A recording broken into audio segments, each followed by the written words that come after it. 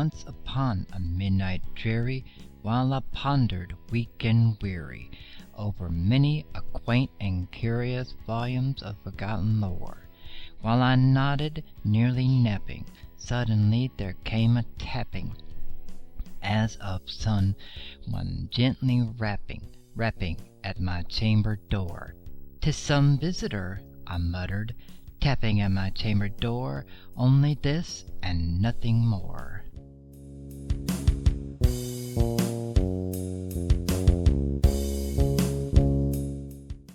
Distinctly I remember it was in the bleak December, and each separate dying ember wrought its ghost upon the floor.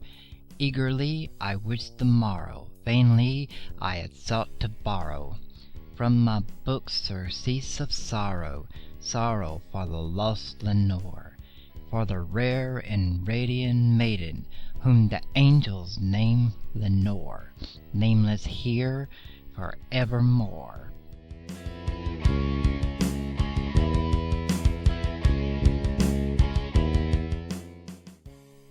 And the silken sad uncertain rustling of each purple curtain thrilled me, filled me with fantastic terrors never felt before, so that now, to still the beating of my heart, I stood repeating, "'Tis some visitor, entreating entrance at my chamber door, some late visitor, entreating entrance at my chamber door.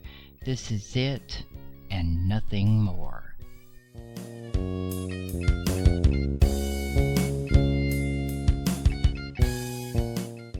Presently my soul grew stronger, hesitating then no longer.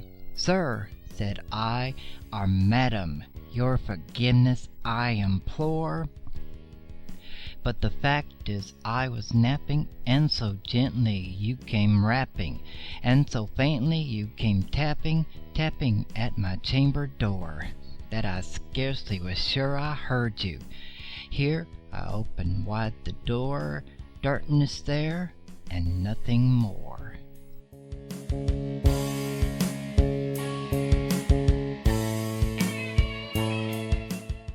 Deep into that darkness peering, long I stood there wondering, fearing, doubting, dreaming dreams no mortal ever dared to dream before.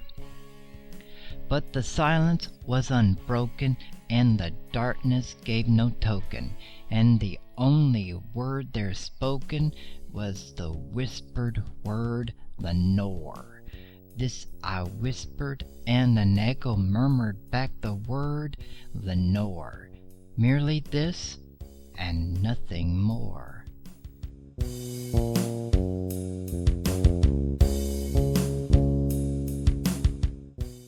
Back into the chamber turning, all my soul within me burning, soon again I heard a tapping, somewhat louder than before.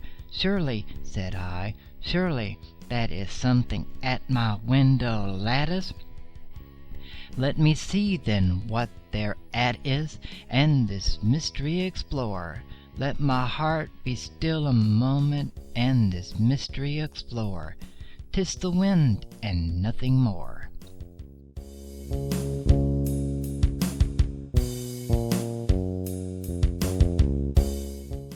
Open here I flung the shutter, when, with many a flirt and flunder, in there stepped a stately raven of the saintly days of yore.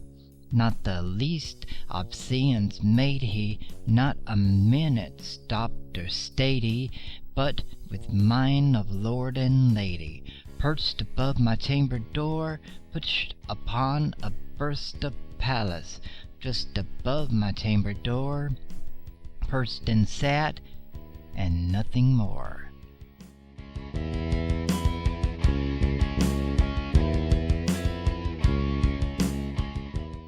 Then this ebony bird, beguiling my said fancy into smiling, by the grave and stern decorum of its countenance it wore, though thy crest be shorn and shaven, thou, I said, art sure no craven, ghastly, grim, and ancient raven, wandering from the nightly shore.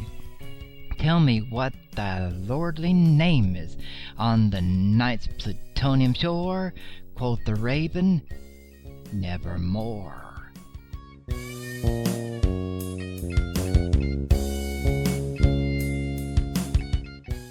Much I marveled this ungainly fowl to hear discourse so plainly, though its answer little meaning, little relevancy bore.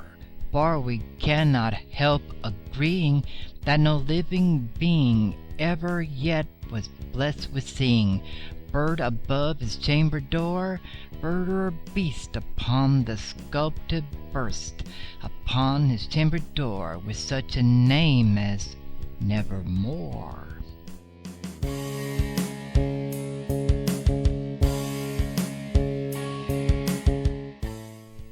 But the raven, sitting lonely on the placid bust, spoke only that one word, as if his soul in that one word he did outpour.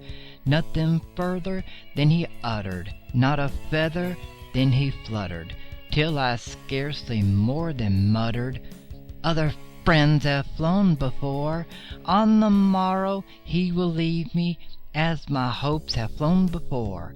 Then the bird spoke, Nevermore.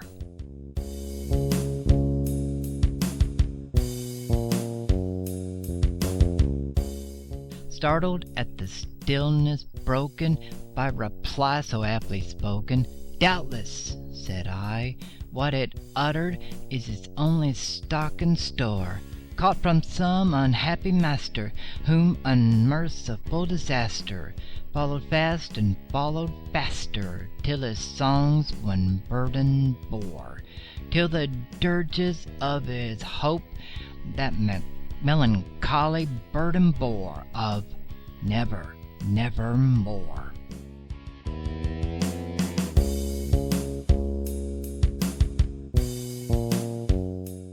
But the raven still beguiling all my sad soul into smiling, straight I wheeled a cushioned seat in front of bird and bustin' door.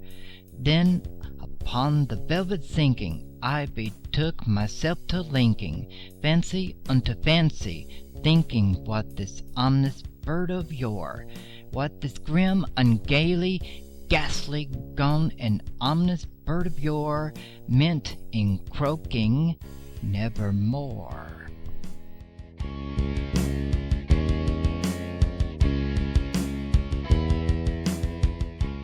This I sat engaged in guessing, but no syllable expressing to the fowl whose fiery eyes now burned into my bosom's core.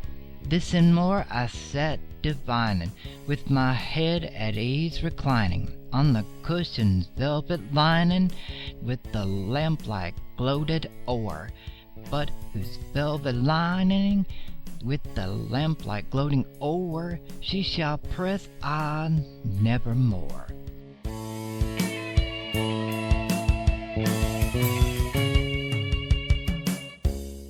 Then methought the air grew denser, perfumed by an unseen censer, swung by seraphim whose footfalls tinkled on the tufted floor. Wretch, I cried, thy God hath lent thee, by these angels he has sent thee, respite, respite, and nepenthe from thy memories of Lenore. Quaff, oh quaff this kind nepenthe, and forget this lost Lenore. Quoth the raven, Nevermore.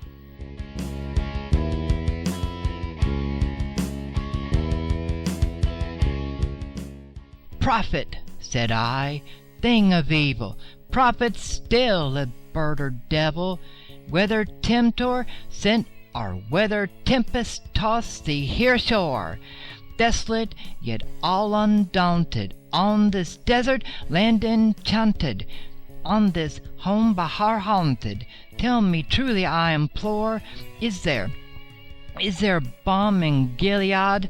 Tell me, I implore. Quoth the raven, nevermore.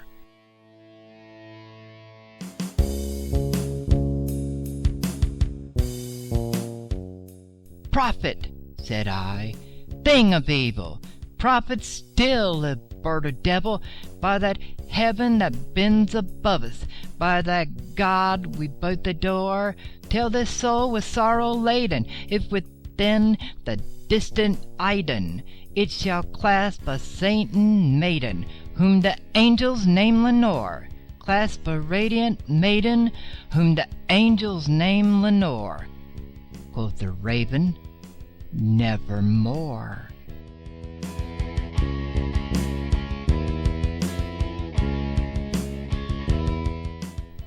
Be that word our sign of parting, bird or thing, I shrieked, upstarting. Get thee back into the tempest and the night's plutonium shore. Leave no black plume as a token of that lie thy soul has spoken. Leave my loneliness unbroken. Quit the bust upon my door. Take thy beak from out my heart, and take thy form from off my door. Quoth the raven, nevermore.